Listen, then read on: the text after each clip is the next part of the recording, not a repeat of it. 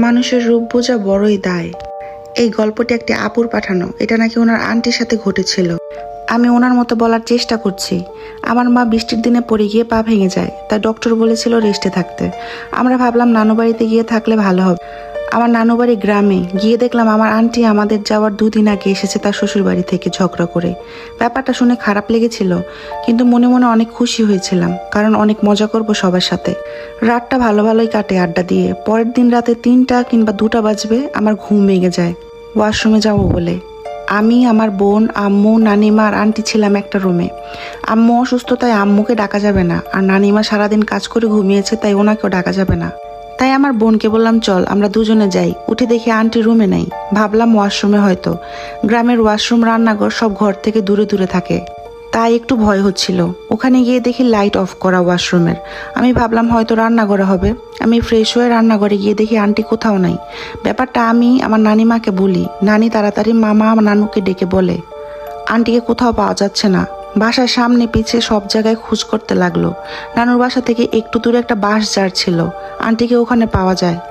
বসে একা একা কার সাথে যেন কথা বলছিল। সেটা আমাকে আর রাতে বলেনি, আমি ভয় পাবো তাই। পরের দিন সবাই ব্যাপারটা গুরুত্ব দিয়ে ভাবে। এরপর একটা কবিরাজের কাছে নিয়ে যায়, কারণ গ্রামে এমন কিছু হলে আগে কবিরাজকেই দেখায়। তারপর কবিরাজ একটা তাবিজ দেয়। 2 দিন ঠিক ছিল, 2 দিন পর পাগলামি করা শুরু করে।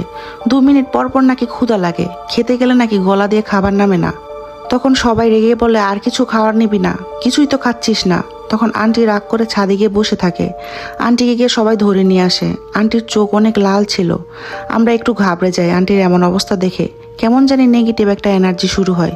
আন্টি অল্প কথাতে কেন জানি অনেক বেশি রাগ করে ফেলে আর নিজের জীবন দিতে চায় বারবার। পরে আন্টিকে আমরা বাধা দেওয়ার চেষ্টা করি। তখন আন্টি সবার গায়ে হাত তোলে, চোখ বড় বড় করে আম্মুর কাছে এসে জোরে ধাক্কা দেয় আম্মুকে।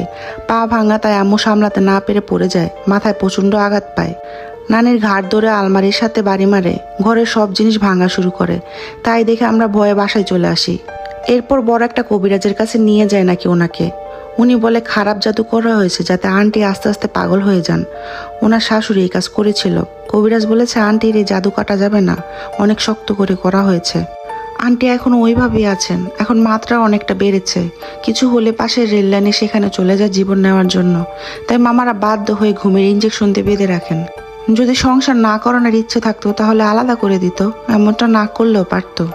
আফসোস, খারাপ জাদুর আইনে কোনো প্রমাণ থাকে না। প্রমাণ ছাড়া আইন কিছুই করতে পারে না। আমার খারাপ লাগছে ওনার আন্টির কথা ভেবে। হয়তো আন্টি আলাদা হয়ে গেলে আর এরকম কিছুই হতো না।